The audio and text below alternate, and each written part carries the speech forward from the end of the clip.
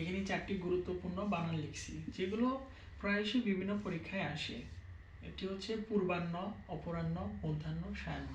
তো এখানে কোন বানানে মূর্ধন্য হবে, কোনটাতে দন্তন্য হবে, এটা আমরা অনেক সময় কি কনফিউজড হয়ে যাই। পূর্বাহ্ন এই বানানে হচ্ছে মূর্ধন্য, অপরাহ্ন বানানেও মূর্ধন্য হয়।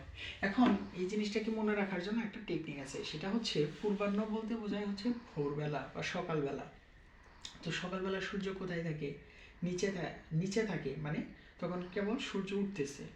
তো এই জন্য হচ্ছে আমরা নিচে লিখব মূর্ধন্য, তখন কি হবে? মূর্ধন্য হবে, এই যে নিচে লিখছি। অপরাহ্নতে সূর্য তখন অস্ত যায়, এরকম একটা অবস্থায় পৌঁছায়, মানে বিকালবেলা, তখনও সূর্য নিচে থাকে, এই জন্য হচ্ছে মূর্ধন্য। কিন্তু মধ্যাহ্নতে সূর্য আমাদের ঠিক মাথার উপরে থাকে, এই জন্য মূর্ধন্য বানানে কি হবে? দন্তন্য। দন্তন্য এই যে উপরে হয়েছে। একমাত্র ব্যতিক্রম হচ্ছে সায়াহ্ন, এটি ব্যতিক্রম।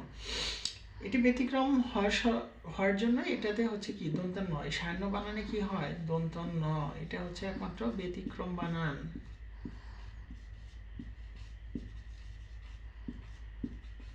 পূর্বাহ্ন, অপরাহ্ন এই দুটাতে কি হবে? মূর্ধন্য। আর মধ্যাহ্নতে দন্তন্য, তেমনিভাবে সায়াহ্নতেও দন্তন্য। কিন্তু এটি হচ্ছে ব্যতিক্রম বানান, এইভাবে মনে রাখবো। আচ্ছা।